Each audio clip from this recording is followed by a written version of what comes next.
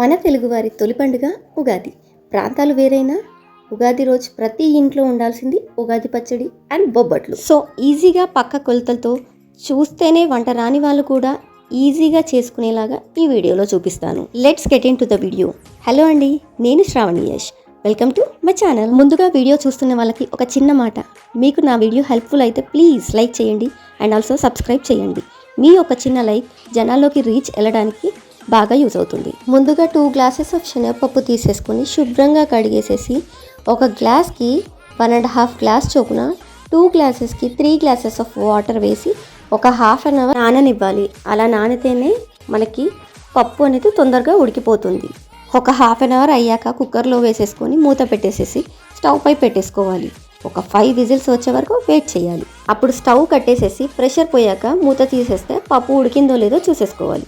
చూసారా పప్పు ఎంత బాగా ఉడికిందో, వాటర్ కూడా ఏమీ లేకుండా బాగా ఉడికిపోయింది. పప్పుని స్మాషర్ ఆర్ మిక్సీలో వేసి మెత్తగా చేసేసుకోవాలి. ఇప్పుడు దీనికి తగిన బెల్లం అంటే ఒక గ్లాస్కి 1.5 గ్లాస్ చొప్పున బెల్లం వేసుకోవాలి. స్వీట్ ఎక్కువగా తినే వాళ్ళైతే 1.5 కూడా వేసేసుకోవచ్చు. ఇలా వేసుకున్నాక స్టవ్ మీద పెట్టేసేసి పప్పు అండ్ బెల్లం దగ్గరికి వచ్చే వరకు ఉండలా చేసుకుంటే వచ్చే వరకు దీన్ని కలుపుతూ ఉండాలి. ఈ మిశ్రమం దగ్గర పడుతుంది అన్నప్పుడు ఇలాచీ పౌడర్ వేసేసి కలుపుతూ ఉండాలి.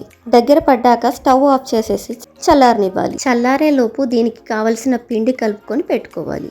మైదా పిండి కానీ గోధుమ పిండి కానీ ఏదైనా పర్లేదు. నేనైతే ఇక్కడ గోధుమ పిండి యూజ్ చేస్తున్నాను. చపాతీ పిండి కంటే కొంచెం లూజ్గా కలుపుకోవాలి. ఇలా కలిపిన పిండితో ఒక చిన్న ఉండ తీసేసుకొని కొంచెం దాన్ని ఒత్తుకొని ఇప్పుడు దాంట్లో మనం ప్రిపేర్ చేసిన మిశ్రమాన్ని చిన్నగా ఉండలాగా చేసుకొని దీంట్లో పెట్టేసేసి పిండితో కవర్ చేసి ఒక ముద్దలాగా చేసుకొని చేత్తో పంపుకోవాలి.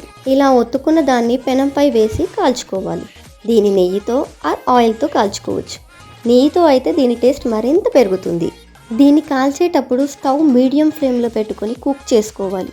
2 వైపులా లైట్ గోల్డెన్ బ్రౌన్ కలర్ రావాలి. అప్పుడే లోపల కూడా చాలా బాగా కుక్ అయిపోతుంది. ఇప్పుడు నెయ్యి వేసేసుకొని రుద్దేసేసి పెనం నుంచి ప్లేట్లోకి తీసేసుకోవాలి. ఈ బొబ్బట్లు పర్ఫెక్ట్గా రావాలంటే ద మెయిన్ ఇంగ్రీడియంట్ మనం చేసుకున్న మిశ్రమం, అదే అండి పూర్ణం, పర్ఫెక్ట్గా రావాలి. అప్పుడే బొబ్బట్లు బాగా వస్తాయి. ఇలా మనకి ఎన్ని కావాలో అన్ని ఈజీగా చేసేసుకోవచ్చు.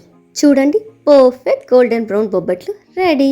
ఈ ఉగాదికి మీ చేతితో చేసుకొని మీ ఫ్రెండ్స్ అండ్ ఫ్యామిలీతో ఎంజాయ్ చేయండి. ఈ వీడియో కనుక మీకు నచ్చినట్టయితే please like, share and subscribe చేయడం మర్చిపోవద్దు. బెల్ ఐకాన్ కూడా యాక్టివ్ చేసుకోండి సో ఫర్దర్ నోటిఫికేషన్ మిస్ అవ్వరు. మళ్ళీ కలుద్దాం మరో చక్కటి రెసిపీతో. అంతవరకు thank you so much for watching. Please subscribe my channel.